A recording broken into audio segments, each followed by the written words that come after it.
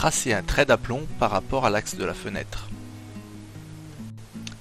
Tracez la hauteur de couronnement sur le trait d'aplomb que vous venez de tracer. Mesurez la distance horizontale de votre trait d'aplomb jusqu'au bord du mur. Multipliez cette distance par la pente du toit. Tracez le bas de pente en vous aidant du niveau de linteau de fenêtre. Positionnez les muraillères de protection du mur au préalable pré-percé, munis d'une chapelle pour ne pas que les chevilles béton gênent la suite du chantier.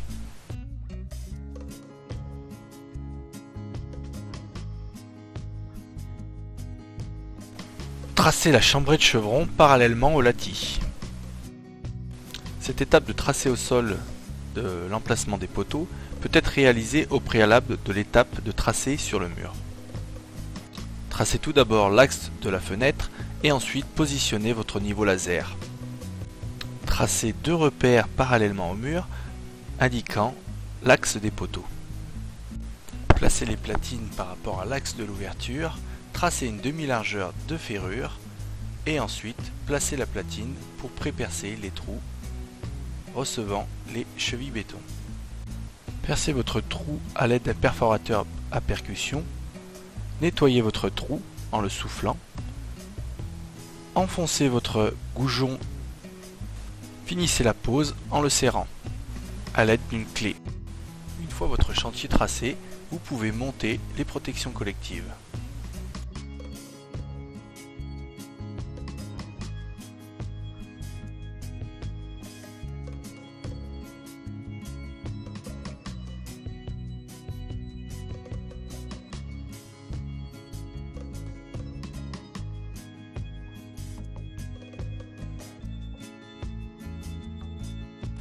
Ensuite, vous devrez assembler la ferme. Disposez des cales au sol de façon à ne pas travailler à même la dalle béton. Il faudra au préalable dessiner l'emplacement du poinçon sur l'entrée pour pouvoir le positionner.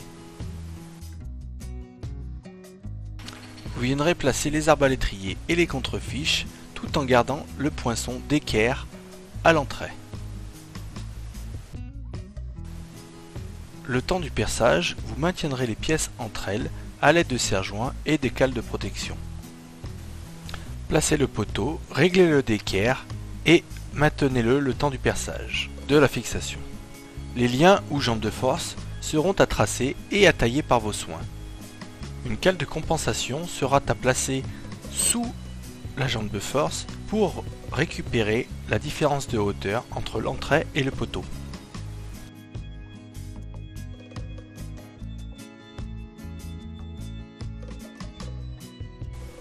Cette jambe de force aura une coupe de pied par embrèvement et une coupe de tête venant affleurer les dessus d'entrée.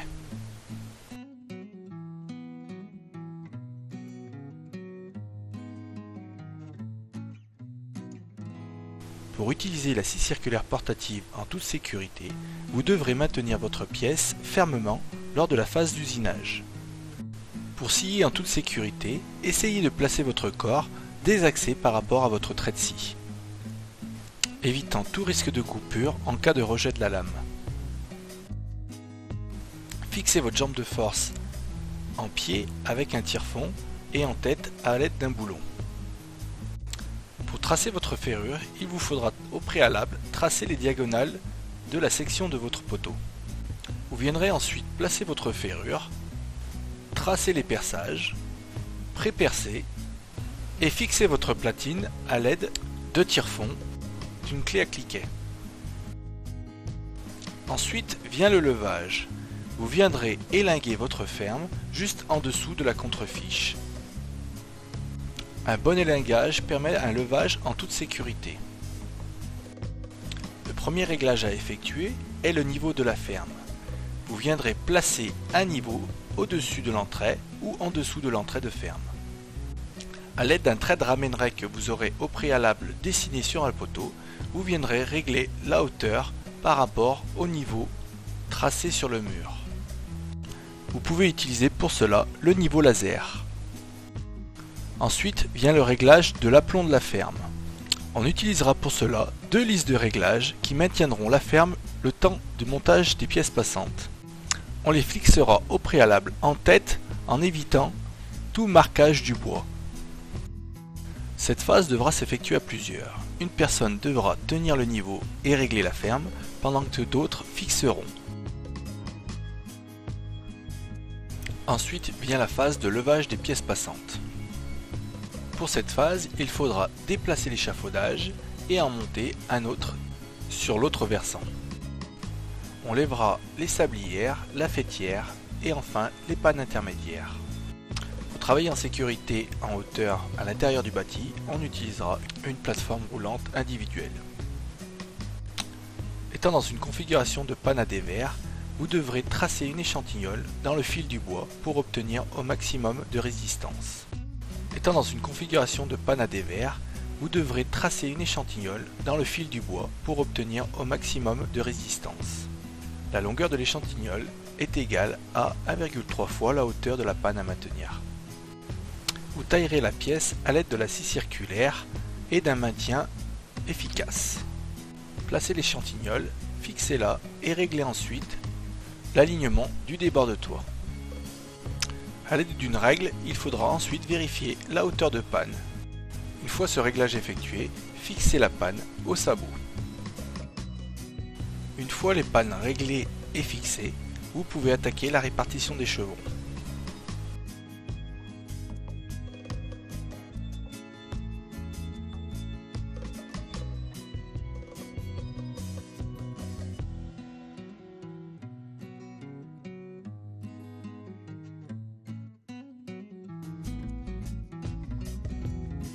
Cette répartition se fera sur la panne faîtière et sur la sablière.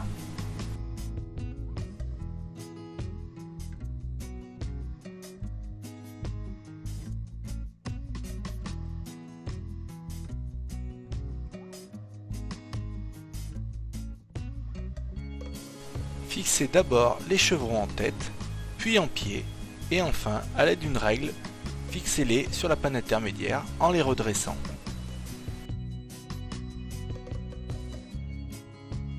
Pour tracer le débord de toit, vous pouvez utiliser soit vos plans, soit la documentation technique des tuiles et adapter ce débord par rapport au pureau de votre tuile. Placez votre règle de réglage sur ce débord de toit. Cette règle sera maintenue en position par des clous que vous aurez légèrement enfoncés et venez tracer les aplombs de chevron avec l'aide de votre niveau. Découpez les chevrons avec la scie circulaire en faisant attention de bien faire plaquer la table de la machine contre la face à plomb du chevron. Sur l'autre versant, un chevron de plus est à répartir sur le versant. Pour placer sur un rampant un chevêtre de fenêtre de toit, vous pouvez utiliser vos plans architectes ou alors utiliser la documentation technique des tuiles pour accorder avec le pureau de tuiles.